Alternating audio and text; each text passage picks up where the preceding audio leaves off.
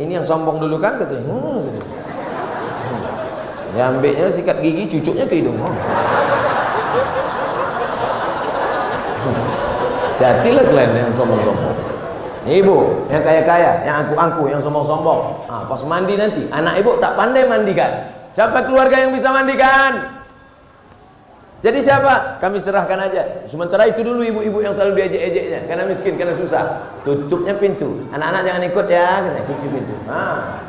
Kau dulu sombong kan? Mana maksudnya? Gitu. Aduh kelentar. Makanya anak-anak kita harus diajar menyelenggarakan jenazah. Kalau sudah sakit bagaimana sakratul mautnya? Habis sakratul maut bagaimana meletakkan tangannya? Karena kalau sudah keras payah. Waktu lembut itu supaya bengkok. Karena kalau sudah keras tangan gimana mau membengkokkannya? Ya kalau matinya begini. Kalau matinya begini, bagaimana membuka kainnya? Jangan sampai setelah tangan bengkok macam mana membuka baju pakai gunting, tak mungkin.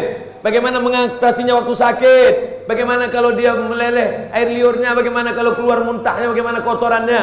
Lalu kemudian bagaimana mandikannya? Setelah mandikannya bagaimana mengkafankannya? Setelah mengkafankannya bagaimana sholatnya? Setelah menyolatnya bagaimana menguburkannya? Setelah dikuburkan bagaimana mengirim doa-doa setelah mati. Itu diajarkan pada anak-anak muda supaya dia tahu mengurus kita dan supaya dia tahu bagaimana mati. Kalau dia sudah tahu mati, menjadi rem supaya dia tidak pakai narkoba, menjadi rem supaya dia tidak berzina, menjadi rem supaya dia tidak buat dosa. Ini buat nanti kontak dengan Ustadz Iqbal Sauki yang punya kontak dengan Badan Kontak Koordinasi Persatuan Remaja Masjid Sumatera Utara.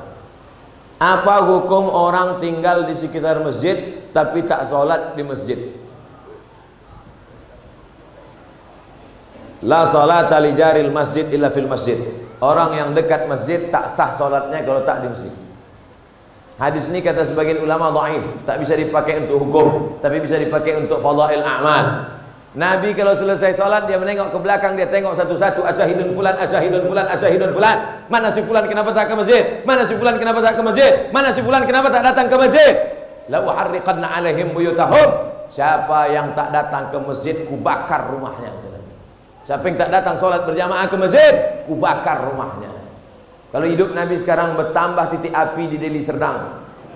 Saking banyaknya orang tak sholat ke masjid. Tapi alhamdulillah masjid percut penuh melimpah ruah. Mudah-mudahan